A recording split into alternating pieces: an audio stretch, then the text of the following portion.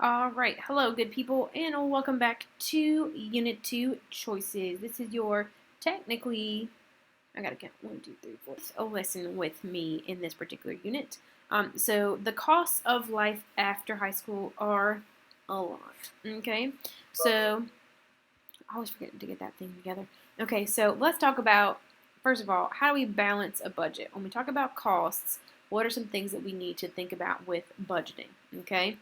Right? So don't ever say, oh, nobody taught me how to balance a budget in high school. That's false. Don't lie on me. Okay? All right, so balancing a budget, how do you even make one? All right? Basically, at its very core, a budget is the money that you earn minus the list of things that you spend it on. Okay? That's it. All right, now, how do you keep it balanced so that you make sure that you don't go broke every single month? Well, the revenue or your income that you make has to be greater than or equal to expenditures, aka the money that you make has to be more than or equal to the money that you spend, but ideally more than. Okay, that's it. These are the two sides of a balanced budget. Revenue is greater than expenditures. Okay, if you didn't write that down already in the margin, please do so. All right, so don't let this be you, okay? Because this is me sometimes because I don't pay attention to my budget. But since I am an econ and personal finance teacher, I feel duly obligated to check myself where I rank myself financially. Okay, let's talk about revenue. It is literally any and all money that you make. It's also called your income. There are two types. We're going to talk about the four actual types of income, but there are two types that you'll find on a pay stub. Okay. All right, so these particular two types that you'll find on a pay stub are either your personal income, also known as your gross income. Not gross as in nasty, but gross as in total, okay? And then your personal disposable income is also known as your net income, is everything that you make after taxes, okay? So the money on your pay stub, if you've ever received a pay stub that has a list of everything that you've gotten paid for, you'll have two different amounts on there. So there's the legitimate amount that you actually earned for all of your time and your effort before the government gets their slice of your paycheck, and then there's the number after. So personal income is a number before taxes, disposable personal income is after. All right, so those are two sorts of revenue. Now let's talk about literal types of income, not revenue, but types of income. So ways that you can earn money. All right, and we'll get to that right now. So there are four types: active, passive, portfolio, and inherited. Okay, so let's start from the beginning. Number one, active. This is the most common type of income. This requires you working a job. It also requires time and effort. You earn what you make. Okay? All right, so pros for this, you don't need money up front. You just go ask for a job and somebody says, okay, fam, and you show up and you work your job and you get paid. Simple as that. Now, cons, if you're sick, if you're injured, if you get laid off, you have no income. And speaking of getting laid off, there is a difference. There is a large difference in getting fired and laid off. If you look in the margin to the left on your note sheet, you will see spaces for you to write this down. Please do so. If you were fired, you did some sort of thing to violate a rule in the office. Okay? Now, there are times when you're getting railroaded and you didn't actually break any rules, but you had to take the fall for somebody else. But that's a very rare occasion.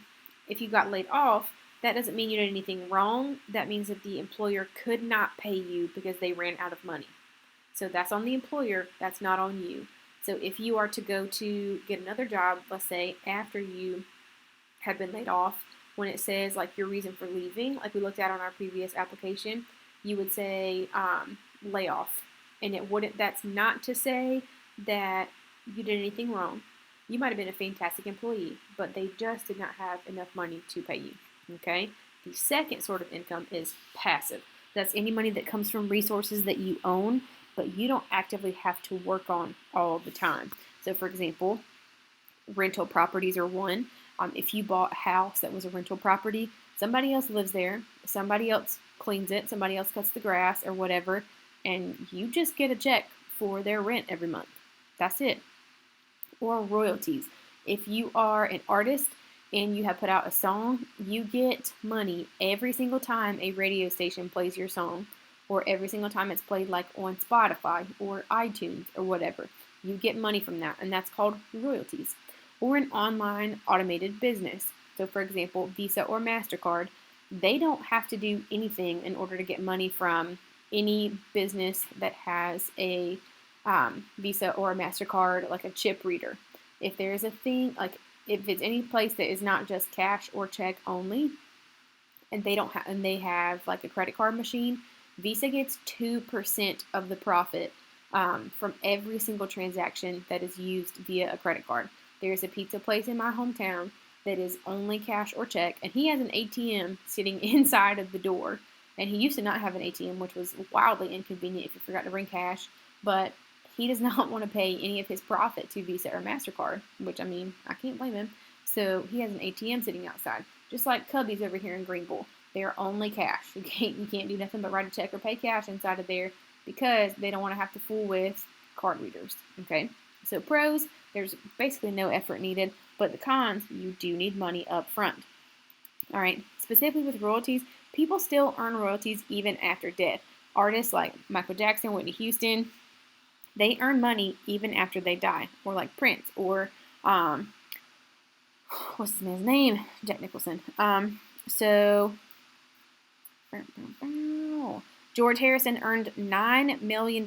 He died in 2001, y'all. He's been dead for 19 years, and he has earned $9 million in royalties. Okay, Whitney Houston earned $9.5 million last year, and she's been dead for 8 years. Okay, Triple X has been dead for 2 years as a result of a homicide. He didn't gain it, but whoever inherited his estate got $10 million. Nipsey made $11 million last year. Prince made $12 million last year. Marilyn Monroe has been dead since 1962. Y'all, my parents weren't even born then. That's false. They were born then, but they were in middle school. All right, she died of an overdose and made $13 million. Anytime you see her face on something, someone had to pay a small fee in order to use her likeness. Okay, John Lennon, one of the Beatles, also $14 million bucks. Dr. Seuss made $19 million. Bob Marley made $20 million. Dang, I called that man Jack Nicholson. So sorry. Arnold Palmer, the one that the drink is named after, $30 million. Charles Schultz, okay, he's the man who made Snoopy and Peanuts, okay, and Charlie Brown, made $38 million. Our pal Elvis, $39 million. He's been dead since 1977. And Michael Jackson made $60 million last year. $60 million, okay, off of royalties. He didn't have to do anything. People just had to play his music. All right. Number 3 is portfolio. This is any money that you make from selling an investment. So, for example, flipping a house. All right, you buy a house for $20 million or 20. Ooh boy, not $20 million. I wish. $20,000. You put a whole bunch of money into it. You flip it and you sell it for $160K, and you keep the cash after all of the costs and stuff of buying a house and selling a house. Or you sell stocks. So a slice of a company like Amazon or Walmart or something, or some bonds, or you sell collectibles, like you sell antiques or something. The pros here, your money can work for you. You don't have to do squat, okay? The cons, though, you need more money up front, and it can take a long time for that to be able to appreciate or increase in value. And you don't have a whole lot of control about how much money is made, especially with collectibles. You're just kind of at the mercy of who wants what particular thing at what particular time. Number 4 is inherited income. So to inherit means to receive something after someone's death. I would strongly suggest that you scoot this over to the side in the margin. Any resource that you inherit through cash, stocks, like a lump sum, property, real estate, trust, stuff like that, is inherited income. So like if you've heard of like a trust fund baby, that means somebody has like $20 million in a bank account, but they can't touch it until they're like 25 or something, or until they get married, something like that. The pros, you don't need to earn it. It's there for you. But the cons, you may need to meet some requirements before you access it. This is also known as generational wealth. So the generation before you passes down wealth through cash or through property or something else. And this does not apply to everybody, because if you don't have wealth to give, you can't give it to anybody. And if your mom, dad, grandma, auntie rented for your whole life, they don't have any property to give you because it doesn't belong to them. So inheritance is not equal at all. Okay, let's talk about expenditures real quick, and then we'll move along to budgeting in our part 2. So what are they? What are expenditures? Literally things that you spend money on, okay? Make you a list in order of what's most important to you to help establish your priorities, okay? There's fixed costs and there's variable costs. Fixed costs are the exact same every month, like your house payment, your car payment, or your cell phone bill. Now, if you are a person who does not have unlimited data, and you share some gigs with your family, and that text comes from Verizon that says, you have used 90% of your data. The immediate next text is from mom, get on the Wi-Fi, get off the data, okay? There's that. So fixed costs are the same every month. I know how much my rent is going to be for the next 2 years, okay? Unless my landlord decides to raise it. But I know that it's exactly the same every month, down to the cent, okay? A car payment is the same way. The next type of cost would be variable, because it, shocker, varies from month to month, okay? Like clothing. If it's the winter, I might buy more clothing in the winter because coats, gloves, scarves, hats, that type of thing, boots, they're more expensive than summer clothes. My utilities might vary from month to month. I don't use a whole lot of energy in the winter time because I don't use a lot of heat. I'm very hot natured, so I don't turn it on very much. But in the summer, I might pay more because it costs more to cool an apartment or a house. Groceries might vary from month to month. I might have like a general guideline of how much I want to spend on them, but I cannot guarantee that prices of food will be exactly the same every month. Okay, we'll pick up on options in part 2.